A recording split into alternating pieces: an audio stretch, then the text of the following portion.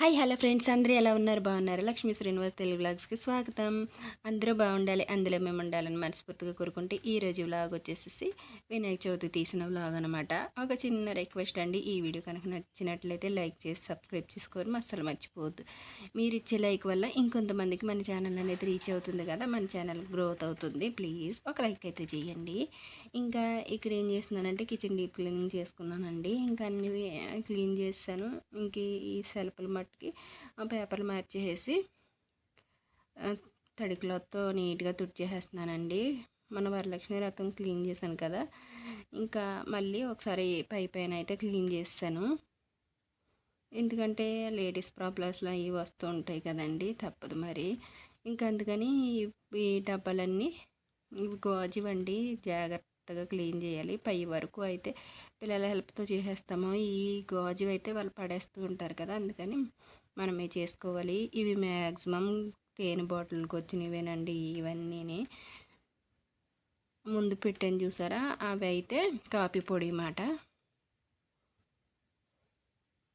ఇవి మొత్తం ఈ సెలపులో ఉన్నాయన్నీ గాజువేనండి, సీసాలో. ప్రియా పచ్చళ్ళు, కిసాన్ జామి, ఇవి పడేయకుండా ఇలా జాగ్రత్తగా కడిగి వేసుకుని లేబుల్ అనేది జాగ్రత్తగా తీసేసుకుని ఇలా పెట్టుకుంటాను అనమాట. ఇవి భలే ఉపయోగపడతాయి అన్నమాట. ఇలా ఆవాలు, జీలకర్ర ఇవన్నీ వేసుకోవడానికి ఇవి అయితే పనికొస్తాయండి. అలాగే కాబూలి శనగలు ఇలాంటివన్నీ ఇందులో వేసుకుంటాను, శనగపప్పు అటువంటివి.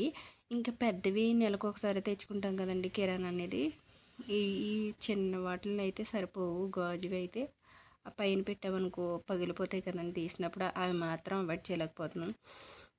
ఇటు మట్టుకు మాత్రం తీసేసి ఇలా గాజు వాటిలోనే వేస్తాను. ఇది కూడా కాఫీ పొడికి వచ్చినాయేనండి, అవన్నీ కాఫీ పొడికి వచ్చినవి. ఇంకా క్లీనింగ్ అంతా అయిపోయిందండి. ముందు ఇంకా వినాయక చవితి 2 రోజులు ఉందనగా చేసిన పని మాట అది. ఇంకా తర్వాత వినాయక చవితి మరుసటి రోజు ముందు రోజు అయితే నైట్ అయితే ఇదిగోండి ఇలాగా డెకరేషన్ చేద్దామని కార్డ్బోర్డ్ తీసుకుని దానికైతే డెకరేషన్ చేస్తున్నాను. కొంతవరకు స్టార్టింగ్లో అయితే సూది పెట్టి దారంతో కుట్టేసానండి. ఇక్కడ నుంచి ఏం చేస్తున్నానంటే పెద్ద పిన్నెల కట్టర్ ఉంటుంది కదా, దాంతో ఇలా పిన్నెలు అయితే స్టిచ్ చేసేస్తున్నాను. ఇంకా డబల్ టేప్ పెట్టి స్టిచ్ చేస్తుంటే ఉండట్లేదు అనమాట, డెకరేషన్ వెనకాల బ్యాక్గ్రౌండ్ డెకరేషన్ కలిసి. ఇంకా వినాయక చవితి రోజు తీసిన వ్లాగ్ అనమాట. మొత్తం వాకులన్నీ కడుక్కొచ్చి నీట్గా ముగ్గులు అవి పెట్టేసుకున్నామండి.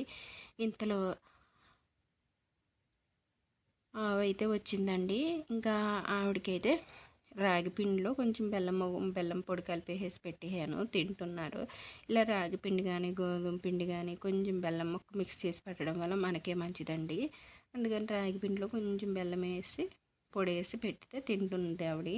ఇంకా ఆవిడకి పెట్టేసి నేనైతే లోపలికి వచ్చి ప్రసాదాలు ప్రిపేర్ చేసుకోవాలి కదండి, మళ్ళీ పూజకి లేట్ అయిపోతుంది అనేసి ఇంకా నేను పెట్టేసి అయితే వచ్చేసాను. ఇంకా గడపలు కూడా ఇగోండి ఇంకా ఇలా ముగ్గులైతే పెట్టేసి పసుపు కుంకుమ బొట్లు కూడా పెట్టేసుకున్నాను. ఇంకా ప్రసాదం ప్రిపేర్ చేయడం మొదలు పెట్టేసానండి. ఇదేమో పులిహోరకి రైస్ పెట్టాను కుక్కర్లో, అటుపక్కదేమో చక్కెర పొంగల్కి కొత్తది మాట. ఇంకా పసుపు కుంకుమ రాసి బొట్లు అయితే పెట్టేసి స్టార్ట్ చేసేసాను. ఇంకా పులిహోరకి అయితే పోపు అయితే రెడీ చేసి పెట్టేసుకున్నానండి. ఇంకా అలాగే గార్లిక్ పప్పు, అలాగే శనగలు కూడా ఉండాలి కదా, శనగలు కూడా రాత్రే నానబెట్టేసుకున్నాను. ఇది గార్లిక్కి పప్పు మిక్సీ పట్టుకోవాలి. ఇంక ఇదేమో బూరెలు వేద్దామని పూర్ణం.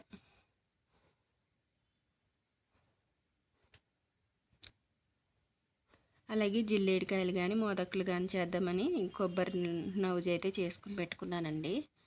స్టఫింగ్ ఉండాలి కదా మరి జిల్లేడికాయలు చేస్తే, అందుకని అది. కుడుములు కూడా వేయాలి కదా. ఇంకా బూర్లకి అయితే ఈ పిండి తెప్పించుకుంటానండి. ఇది అయితే బాగా వస్తాయి నాకు బూర్లు అనేవి విచ్చుకోకుండా, అందుకని ఈ పిండి అయితే తెప్పించుకున్నాను. నెక్స్ట్ వీడియోలో షేర్ చేసుకుంటాను. ఇంకేమేమి చేశాను అనేది నెక్స్ట్ వీడియోలో షేర్ చేసుకుంటాను. ఈ వీడియో కనుక నచ్చినట్లయితే లైక్ చేసి సబ్స్క్రైబ్ చేసుకోవడం అస్సలు మర్చిపోవద్దు. Thank you for watching. Love you all.